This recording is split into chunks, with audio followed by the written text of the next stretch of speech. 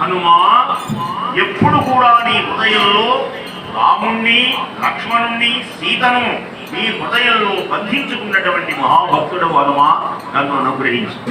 ఇదే మాటని ఎంత అయిపోయిన తర్వాత తులసీదాసు ఒక వరం కోరుతాడు. చాలీసా అంతా పూర్తయిపోతుంది. చివర పవన తనయ సంకట హరణ మంగళమూరతి రూప్, మంగళకరమైనటువంటి నీ రూపాన్ని నమస్కరిస్తూ నేను ఒకే వరం కోరుతున్నాను, నాకు ఏ వరాలు వద్దు. ఏమిటో తెలుసునా? రామ లఖన సీతా సహిత హృదయ వసహు సురభూప్.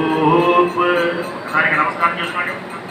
ఈ వేదిక మీద ఎలా రాముడు ఉన్నాడో, ఎలా అలంకరింపబడి ఉన్నాడో, మధ్యలో రాముడు, కుడివైపున లక్ష్మణుడు, ఎడమ వైపున సీతమ్మ పాదాల దగ్గర నీవు ఉన్నటువంటి ఆ రూపమే ఎల్లప్పుడూ నా హృదయంలో వసహో నివసించి ఉండేటటువంటి తండ్రి అని ప్రార్థించాడు. తర్వాత మళ్ళీ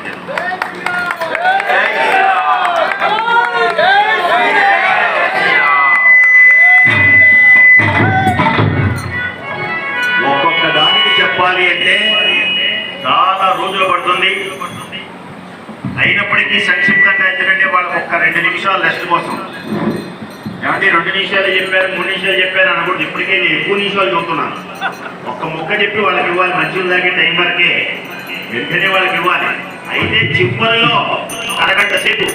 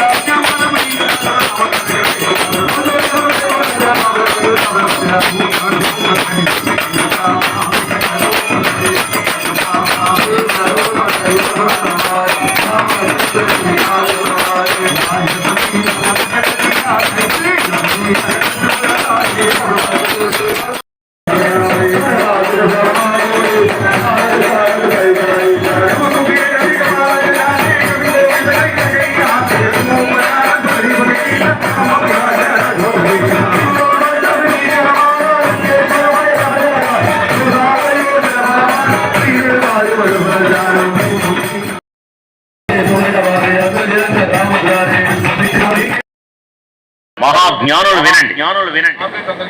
ఈ దండం ఉన్నదే, ఈ దండం ఈ దండం ఎవరు పట్టించుకోరు గాని ఇలా ఊపుతూ ఉంటే ఈ జెండాని చూస్తారు. జాగ్రత్తగా వినండి.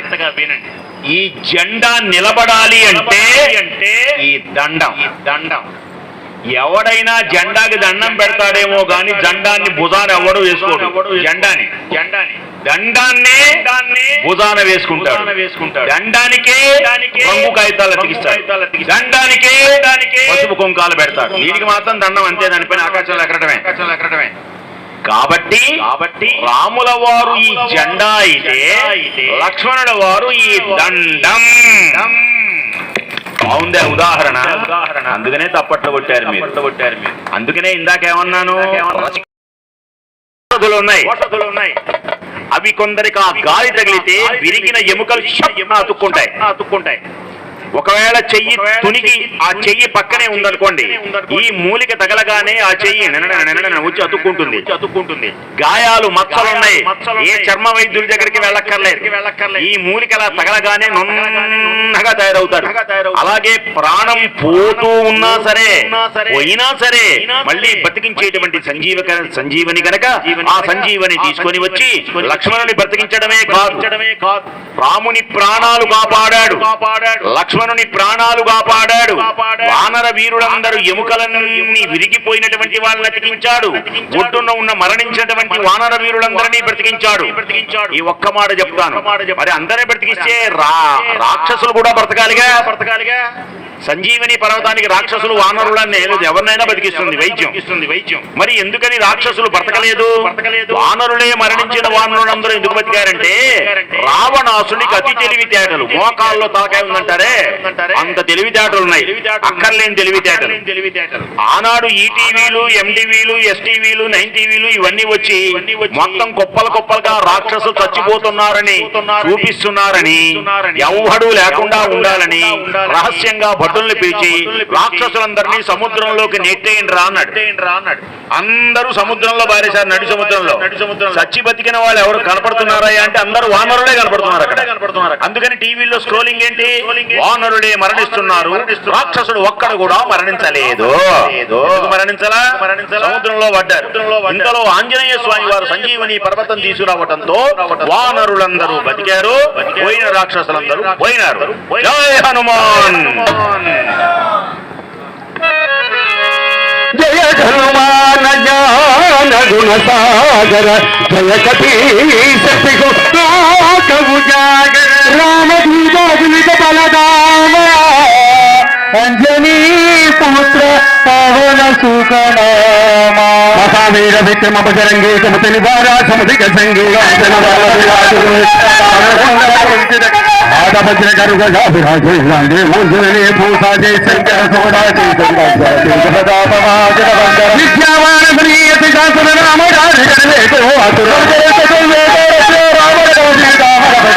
సూక్ష్మ రూప ధరించి కావా రూప శరీర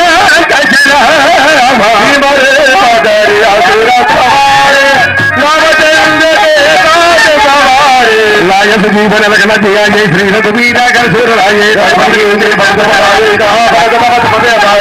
बदल तुमरा इसका भयस कहरी फल गंधन का बैठा राज राज बैठा नारद कार कहता है नमस्कार निगमाल जहां से कभी